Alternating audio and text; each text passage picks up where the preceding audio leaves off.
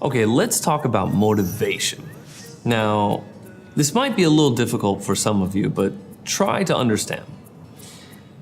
Well, if you're watching this now, you have already watched many other lessons and you're almost finished with this course. You've listened to me talk and talk. You've looked at many examples. You've done a lot of practice and you have improved. That's great. It really is great. But what I want to tell you now is don't stop studying.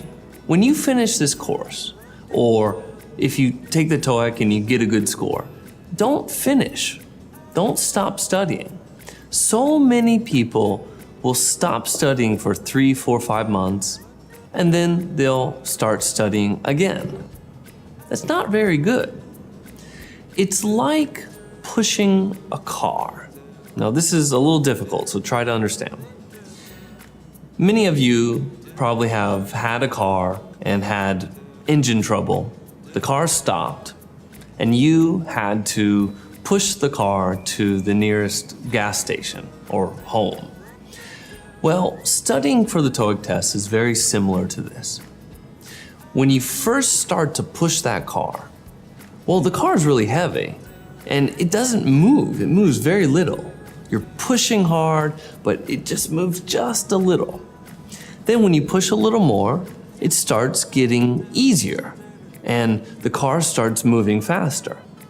And then after pushing for a little while, well, soon the car is mostly going on its own. You don't have to put so much effort into it. Studying for the TOEIC test is the same thing. The beginning is the most difficult. And once you start, once you get going, it will become easier and you'll make improvements faster. So don't stop studying. If you improve on the TOEIC test or you finish this course, continue studying. The key to this section is to read a little every day. Now, in the short reading section, we really don't have any grammar questions and we don't have many vocabulary questions. Here, the most important thing is your reading comprehension and your reading speed.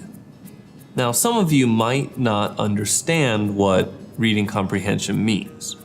Basically, reading comprehension is how much you understand of a reading or an article or an advertisement, whatever. Now, reading speed, of course, is how fast you can read English and still understand it. So we need to improve both of these skills. We need some type of practice that will help us with both. And you're in luck. I have a very good way to practice both of those skills. Reading. It's very simple. If you want to do better in the short reading section, you have to read. Now, the most important thing is to continue reading.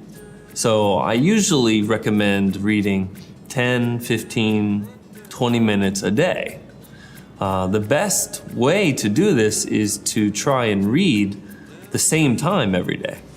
So for example, before you go to bed, every day, read for 10 or 15 minutes. Or maybe on the subway to work, read 10 or 15 minutes. You know, it needs to be like brushing your teeth. You know, you brush your teeth every day, right? Well, you need to read every day. Now, one more thing I want to tell you is that when you practice listening, many people can quickly improve their listening ability. I've seen many students do that. But I have not seen many students who can quickly improve their reading ability. Reading just takes time. You know, it takes time to improve your reading speed and your reading comprehension.